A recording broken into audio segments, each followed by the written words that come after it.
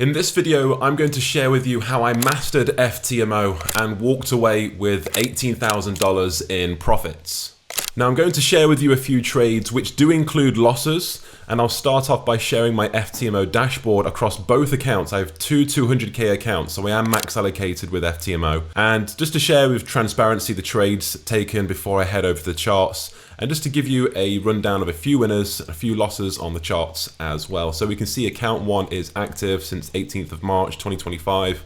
It's a 200k account, swing account as well. We can see the balance, the equity. You've got the chart with the equity curve in there, and there's literally one trade taken on this, which is 1% risk, right? And here is the second account, which you can see again, it's an active account. 17th of March 2025, active since, 200k swing account, giving me 400k max allocation status. We've got the balance 208,787. You've got the equity here, so a bit of drawdown after taking a few losses and then into profit shortly after.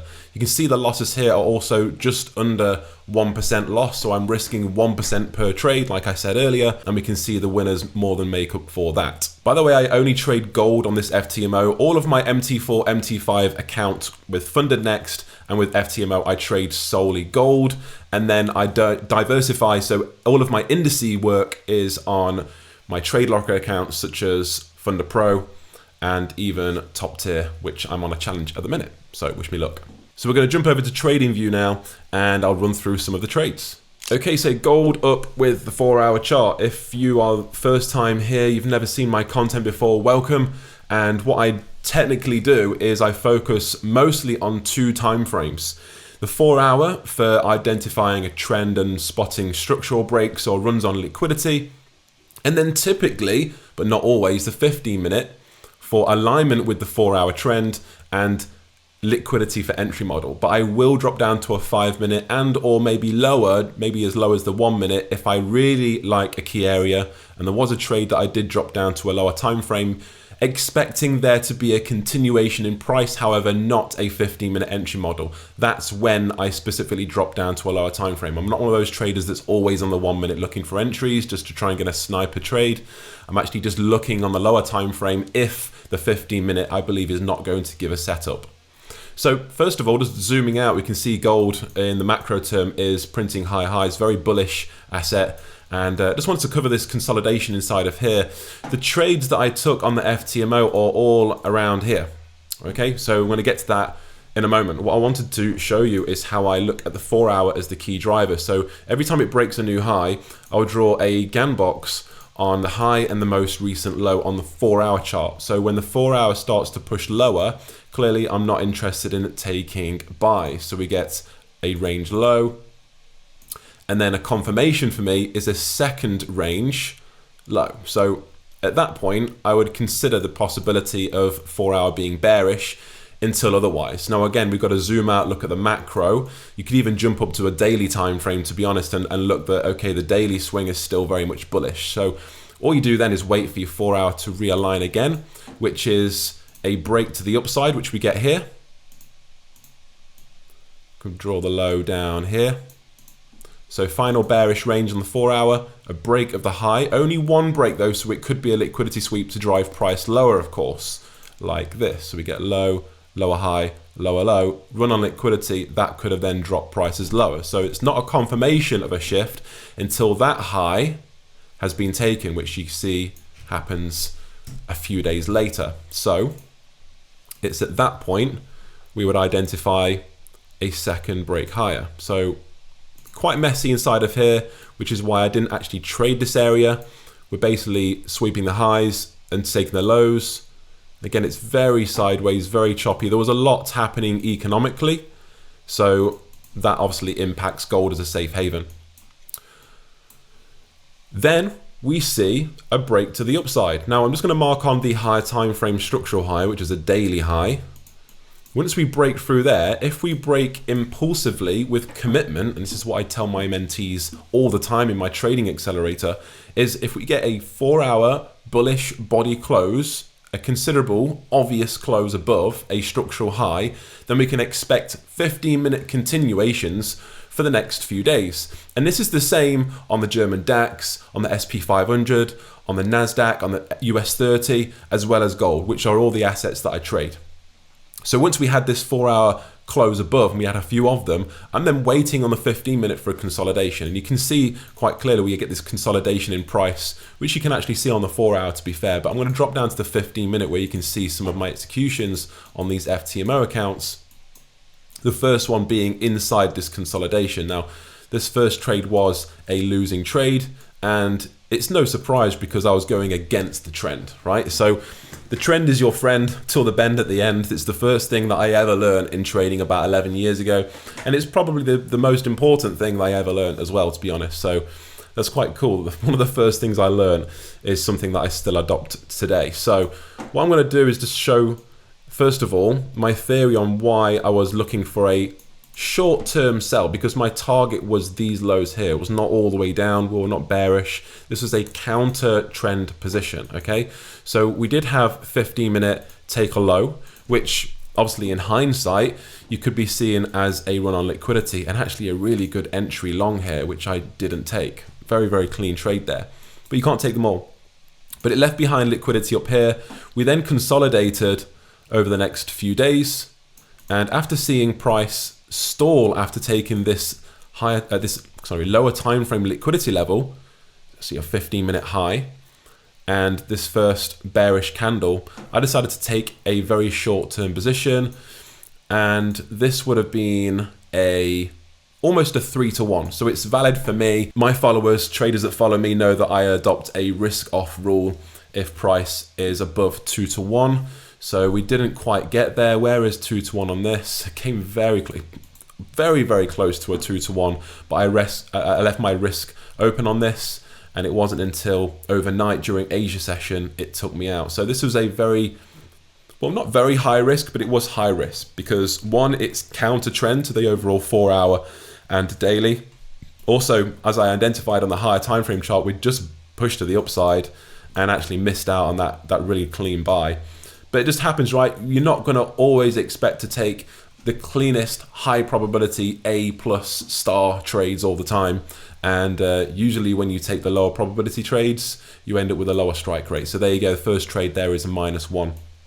Now, what we then see overnight and into London the next day is a break and a continuation out this consolidation. So that's great. That means we are more likely to see volume, trading volume to the upside. And I can expect, like I said earlier, to follow the 15-minute until the 15-minute shifts bearish. And it's not done so yet. And this isn't bar replay. This is actually the 19th of March that I'm recording this video. So this is where price action is right now. And it wouldn't surprise me if price went by the end of today and created a new high. So I could actually still be in these trades, by the way, because it hasn't taken stop losses. It would have taken me out for break even, of course, if I'd moved my stops to break even, but these are both closed. The reason I closed these, by the way, there's no higher time frame target to the left because we're in all-time high territory at this point. But if you're running 6% or 4% or even a 6-to-1, 4-to-1 on a 200k account, there's no need to be greedy.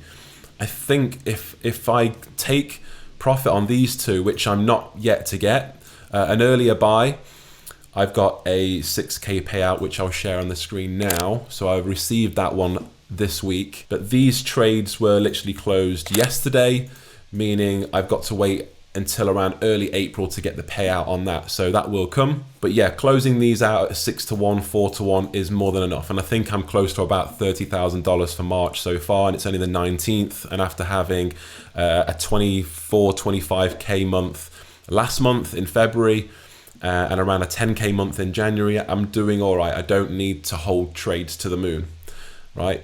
Take your profits, bank them, go again, and rinse and repeat. It's less straining on your emotion, and small winners definitely add up, especially when you've got larger accounts.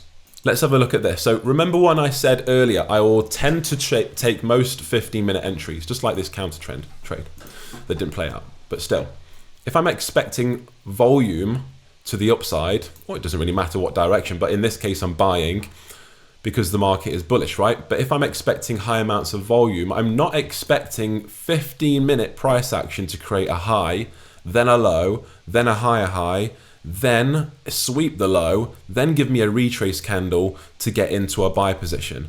That's at least 2 hours of price development for that to happen.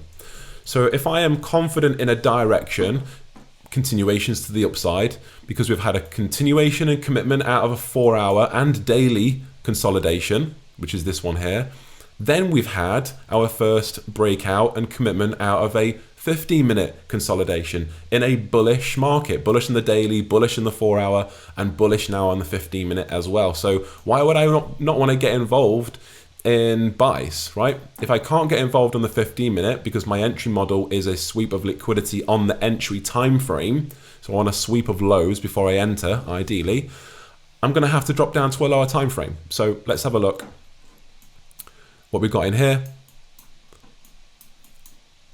And I do tend to want to trade around kill zone, but if I'm at the charts, if I'm available, and if I'm expecting price to impulse away for whatever reason at that time, then I'm known to take trades outside of kill zone as well. So I'm not one of those traders that will adopt a 100% mechanical strategy, because there has to be an element of discretion. And also, first of all and foremost, the market is not perfect. The market is not designed to give you a 100% mechanical edge. It's going to be slightly different every day, every week, year on year, even with the same assets and the same strategy. Price action is not going to print identical candles in identical ways on all time frames every single time you open the charts, right? So you've got to take that with a pinch of salt.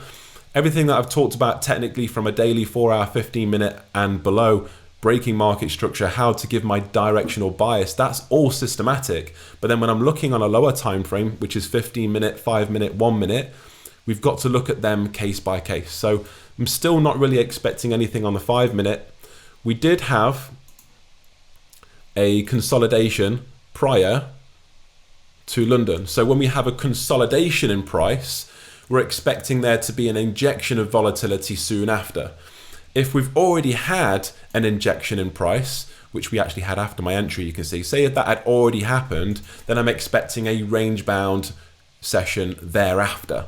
So if I'm expecting that impulse and I'm bullish on bias, which way am I expecting price to impulse? I'm expecting it to impulse to the upside. So again, it's extra fuel to the fire of why I am now looking to be more aggressive or dropping down to a lower time frame to get into an entry. And I want to get involved before the market impulses in that direction.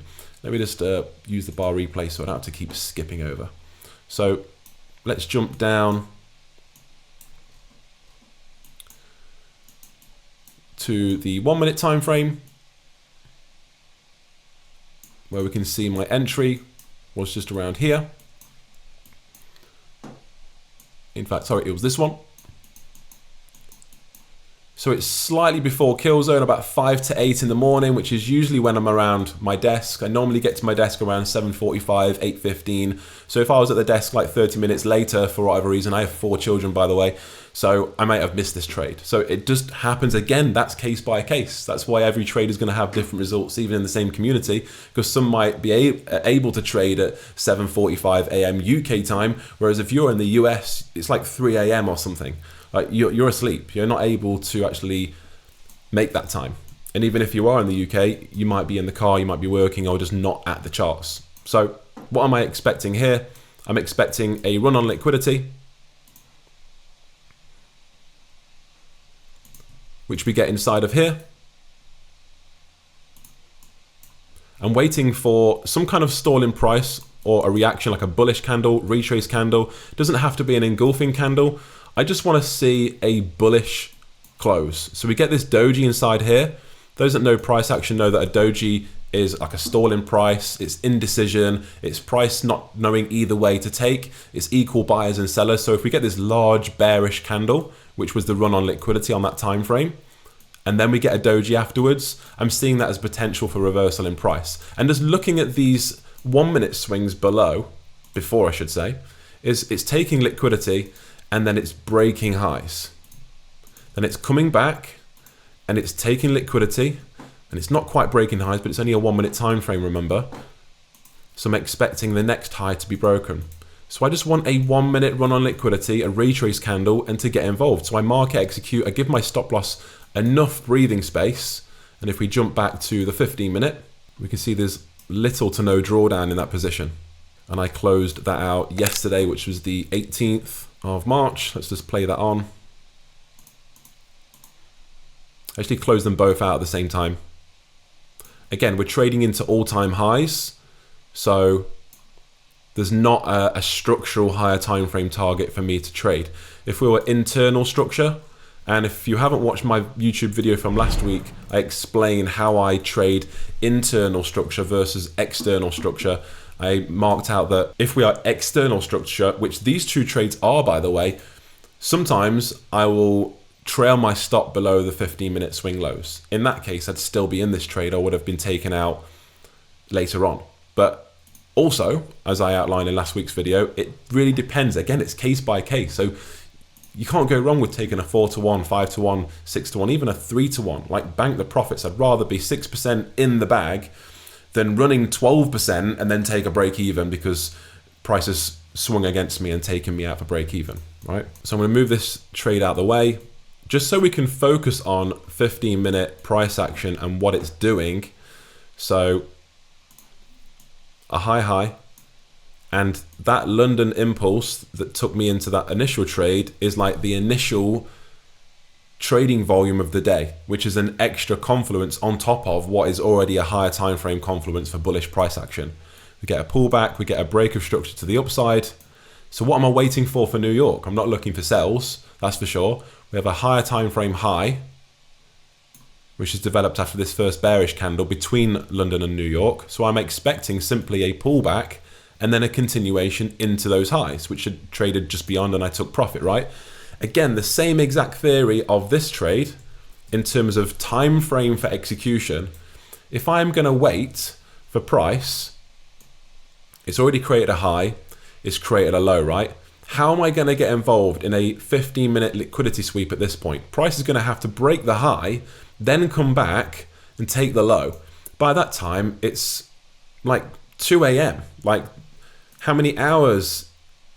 11 hours later.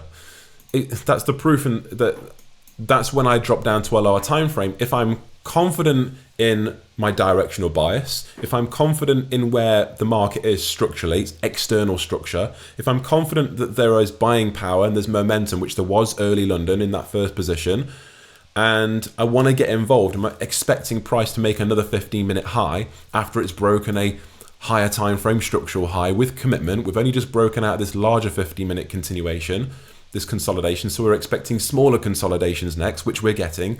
All of these things are exactly what I'm waiting for. So if I know the last piece is looking for an entry, but I'm unlikely to get a 15-minute sweep, the only thing I can do is either sit on my hands, walk away, or look for a lower time frame. So it's dropped down to a 5-minute, which again, I could have taken earlier on, but I wasn't around. See, around 2:15. I'd normally trade from around 2:30 UK time. We did get this sweep of liquidity here on the 5-minute, but like I say, I wasn't around. So I'm going to have to drop down to a 1-minute, expecting that 5-minute low, which swept, to hold, to be a strong low. And if we look on the 1-minute, we have a really clean market structure shift to the upside. This is all the same stuff, just on a different time frame, by the way. Right? It's very rare that I'll go lower than a 5-minute. My mentees, my students know in evolution markets and in my trading accelerator, they know that 90% of my trades are executed on the 15-minute, right? About another 5 to 8% are on the 5-minute. The last 1 to 2% are on the 1-minute. It's very rare I drop down to a 1-minute. So you can see we had a nice market structure shift to the upside, and then I'm literally waiting for a run on liquidity, which we got here. And the extra confluence on top, not that it's really necessary, is the fact that this is New York session, which tends to be for gold and US indices a lot of trading volume, especially after 2:30. This is just after 3 p.m. UK time. So if I had a run on 5-minute liquidity, we're seeing higher highs and higher lows, breaks of structure on the 15-minute above London highs. I'm just waiting for a run on liquidity to get involved. Again, stops are quite nicely out of the way. This is a market execution as the next candle's still printing, but it taken that liquidity. I'd wait for that bearish candle to close, and then price was starting to move away from that area of liquidity. So I'm in that trade and then I closed the very next day, where I closed them both out at the same time over here, as you can see. So that's over a period of a few weeks using two 200K FTMO live accounts, how I've managed to bank $18,000 in profits. $6,000 has already landed, and I'm waiting for another $12,000 to be processed, which will take a few weeks. I have staggered my two accounts. I've not linked them together, so it's on a bi-weekly payout system. So I'll trade one, and then I have to wait 2 weeks to withdraw that profit. In the meantime, I can trade my other one. So it's always 2 weeks rather than waiting a 4-week period in between. And of course, I trade my other accounts for indices such as the SP 500, the NASDAQ, US 30, and also the German DAX, the OG. So thanks for watching. If you're interested in working with me on scaling up your trading, getting to the kind of level where you're making 5, 10, even 25 grand a month on trading, all you need to do is to fill out that application. There's a link below. There are limited spaces. There's only a few spaces allocated for each month. Get your applications in, and if there's some spots available for next month and onwards, depending on when you're watching this video, then you'll be notified after your application is submitted. If you're here just to watch the free YouTube content, it's great to have you here. Make sure that you are subscribed and you have that notification bell turned on before you leave, because I do upload value every single week. You can see I've been consistently uploading every single week since January. It's now the 19th of March, and they're all technical related videos. If you're not taking value from these videos, what are you doing? Leave a comment below and let me know what value you are taking from my videos, and also some ideas on what you'd like to see next, and maybe your idea will crop up in the next video. I'll see you on the next one.